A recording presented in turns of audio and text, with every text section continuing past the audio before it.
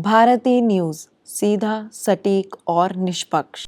आदाब सलाम, मैं हूं चांद हसन और आप देख रहे हैं भारतीय न्यूज। फटाफट नजर डालते हैं आज की मुख्य खबरों पे। शुरू करते हैं राष्ट्रीय खबरों से। अमित शाह ने कहा, हमारी सरकार झारखंड में समान नागरिक संहिता यानी यूसीसी लागू करेगी, लेकिन आदिवासियों को इसके दायरे से बाहर रखा जाएगा। झारखंड विधानसभा चुनाव में मतदान का दिन जैसे जैसे नजदीक आ रहा है, वैसे वैसे राजनीतिक बयानबाजी घमासान रूप ले रही है। इस बहस में समान नागरिक संहिता का मुद्दा भी गरमा रहा है। राज्य चुनाव में भारतीय जनता पार्टी का चुनावी घोषणा पत्र जारी करते हुए केंद्रीय गृह मंत्री अमित शाह ने कहा, हमारी सरकार झारखंड में समान नागरिक संहिता यानी यूसीसी लागू करेगी, लेकिन आदिवासियों को इसके दायरे से बाहर रखा जाएगा। उनकी इस टिप्पणी के जवाब में राज्य के मुख्यमंत्री हेमंत सोरेन ने कहा, झारखंड में सिर्फ छोटा नागपुर काश्तकारी यानी सीएनटी और संथाल परगना काश्तकारी यानी एसपीटी अधिनियम ही चलेंगे, ना कोई यूसीसी चलेगा, ना एनआरसी चलेगा। इसको लेकर राज्य में दो तरह की चर्चा शुरू हो गई है।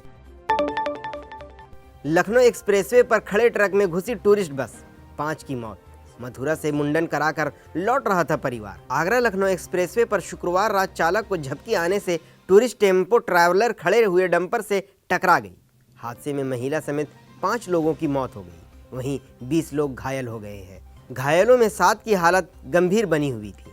मौके पर पहुंची पुलिस टीम ने घायलों को जिला संयुक्त चिकित्सालय में भर्ती कराया गया। लखनऊ के मोहिद्दीनपुर निवासी संदीप अपने 5 वर्षीय बेटे सिद्धार्थ का मुंडन कराने शुक्रवार को लखनऊ से परिवार व रिश्तेदारों के साथ टेम्पो ट्रैवलर किराए पर लेकर मथुरा गए थे। आने के वक्त यह हादसा हुआ। अब आपको लेकर चलते हैं अंतर्राष्ट्रीय खबरों की ओर। ट्रम्प जेलेंस्की की बातचीत में मस्क के शामिल होने का दावा। तीनों की 25 मिनट तक बात हुई।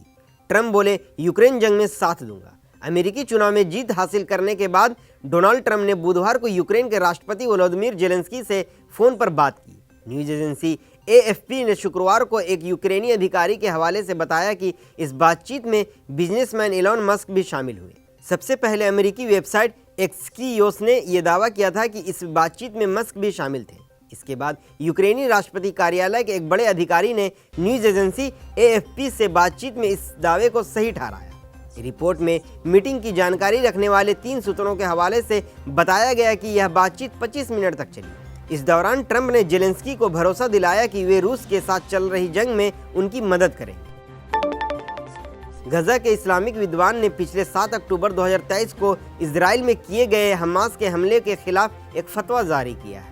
प्रोफेसर सलमान ने कहा, अगर जिहाद के स्तंभों, कारणों या फिर शर्तों को पूरा नहीं किया जा रहा है तो इससे बचना चाहिए, ताकि लोगों के जीवन को भी बचाया जा सके। यह एक ऐसी बात है जिसका अनुमान लगाना राजनेताओं के लिए आसान है, इसलिए उस हमले से बचा जाना चाहिए था। प्रोफेसर सलमान के मुताबिक 7 अक्टूबर को इजराइल में हुए हमले के बाद गजा में जो मानवीय तबाही हुई है वह इस्लामिक की शिक्षाओं के खिलाफ है। अब खबरें व्यापार जगत से। एफआईआई ने 5 सत्र में निकाले 20,000 करोड़। बैंकिंग, एफएमसीजी, ऑटो और तेल गैस के शेयरों में जमकर बिकवाली। आंकड़ों के मुताबिक एफआईआई ने कैलेंडर वर्ष 2024 में जनवरी से लेकर अब तक शुद्ध रूप से 13,401 करोड़ के शेयर बेचे। चालू वित्त वर्ष में अप्रैल से लेकर अब तक 24,295 करोड़ की शुद्ध बिकवाली की है।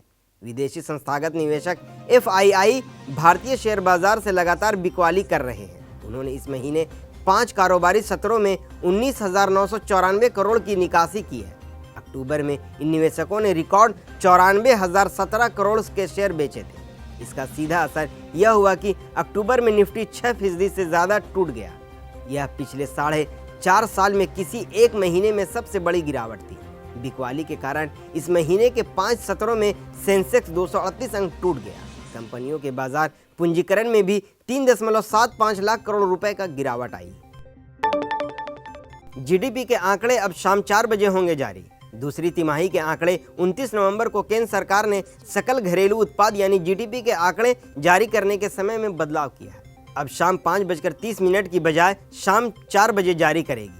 चालू वित्त वर्ष 2024-25 की दूसरी तिमाही यानी जुलाई से सितंबर के लिए जीडीपी के आंकड़े 29 नवंबर को आएंगे। सांख्यिकी और कार्यक्रम कार्यान्वयन मंत्रालय ने शुक्रवार को जारी एक बयान में कहा कि जीडीपी के आंकड़े अब तय दिन को शाम 4 बजे आएंगे। मौजूदा प्रथा के अनुसार जीडीपी से जुड़ी जानकारी निर्धारित तिथियों पर शाम 5:30 जारी की जाती थी।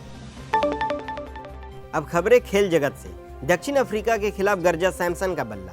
टी20 में लगातार दूसरा शतक लगाने वाले पहले भारतीय बने। टी20 अंतर्राष्ट्रीय में लगातार 2 शतक लगाने वाले सैमसन दुनिया के चौथे और भारत के पहले बल्लेबाज बन गए हैं। सैमसन ने इससे पहले पिछले महीने बांग्लादेश के खिलाफ तीसरे टी20 में सैकड़ा जड़ा था। भारतीय टीम के सलामी बल्लेबाज संजू सैमसन ने दक्षिण अफ्रीका के खिलाफ डरबन में खेले गए पहले टी20 मुकाबले में शतक जड़ा। पीसीबी का बीसीसीआई को जवाब, कहा हमसे हर बार अच्छे की उम्मीद ना करें। भारत ने पाकिस्तान जाने से किया इनकार। चैंपियंस ट्रॉफी में टीम इंडिया पाकिस्तान नहीं जाएगी। रिपोर्ट में भारतीय क्रिकेट कंट्रोल बोर्ड यानी बीसीसीआई सूत्रों के हवाले से यह दावा सामने आने के बाद Pakistan cricket control board PCB ने कहा कि उसे लिखित में कुछ भी नहीं मिला है।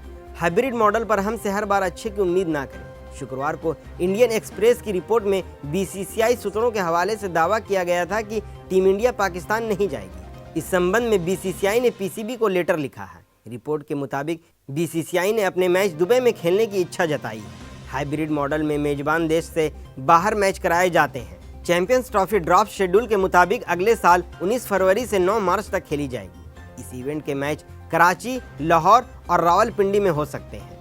आपको बता दें कि मुंबई में आतंकी हमले के कारण 16 साल से पाकिस्तान नहीं गया भारतीय टीम ने 2007-8 के बाद से पाकिस्तान का दौरा नहीं किया है। 2008 में मुंबई पर आतंकी हमले के बाद भारत सरकार ने पाकिस्तान में क्रिकेट खेलने से मना कर दिया। तब से दोनों टीमें आईसीसी और एसीसी के टूर्नामेंट में ही खेलती है। 2013 के बाद से दोनों टीमें 13 वनडे और 8 टी20 मैच न्यूट्रल वेन्यू पर खेल चुकी हैं। फिलहाल के लिए बस इतना ही, और अन्य सभी बड़ी खबरों के लिए देखते रहिए भारती न्यूज़, और भारती न्यूज़ को लाइक, शेयर और सब्सक्राइब करना ना भूलें।